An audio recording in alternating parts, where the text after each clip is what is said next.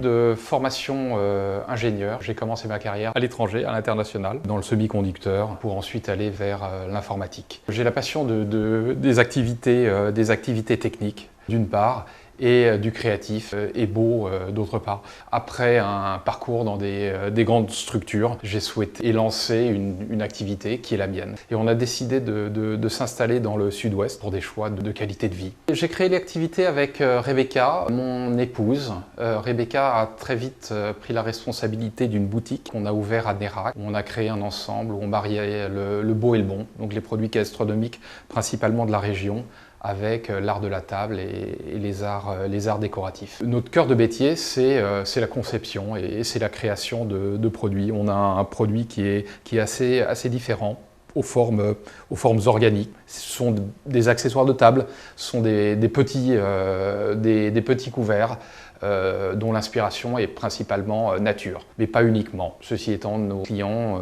apprécient la poésie de la nature et notre interprétation assez épurée. Donc je passe beaucoup de temps à la conception. On commence par une esquisse, une ébauche d'une idée, qu'ensuite on traduit et on met en volume. J'ai devisé un programme en conception paramétrique où on peut créer tout un ensemble de formes et décliner ces formes en contrôlant un nombre de paramètres qui sont définis dans le programme. Là, en l'occurrence, par exemple, il s'agit d'un chandelier. Donc ça, c'est un outil de conception. À partir de cet outil de conception, on crée donc le modèle 3D une fois que le modèle est réalisé, et ensuite on génère un parcours d'usinage.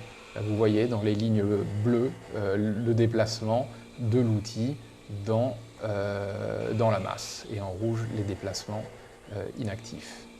Voilà, donc ça c'est la phase de finition.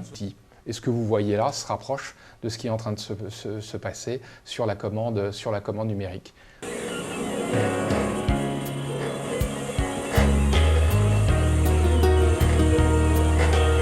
L'intérêt d'utiliser des outils 3D et des outils de conception numérique, c'est qu'on a beaucoup plus de facilité à réutiliser le vocabulaire qui a été défini. On travaille avec des restaurateurs. L'équipe d'Alain Ducasse est passée sur le salon Maison et Objets, a apprécié ce thème d'Olivier et était à la recherche d'un autre objet. On a effectivement transformé le produit en un petit sel et poivre pour la table. Donc fort de ce premier succès de collaboration avec Ducasse, ils se sont tournés vers nous et nous ont demandé de réaliser dans le même thème et dans la même veine un dessous de bouteille. On est en train de passer d'un marché de masse à un marché beaucoup plus individualisé. Cet échantillon en particulier a été réalisé en impression 3D. Si aujourd'hui on s'arrête à la réalisation des prototypes, des maquettes ou des outils qui servent à la production, on attend le moment où il sera économique pour nous de réaliser ce produit fini dans nos ateliers.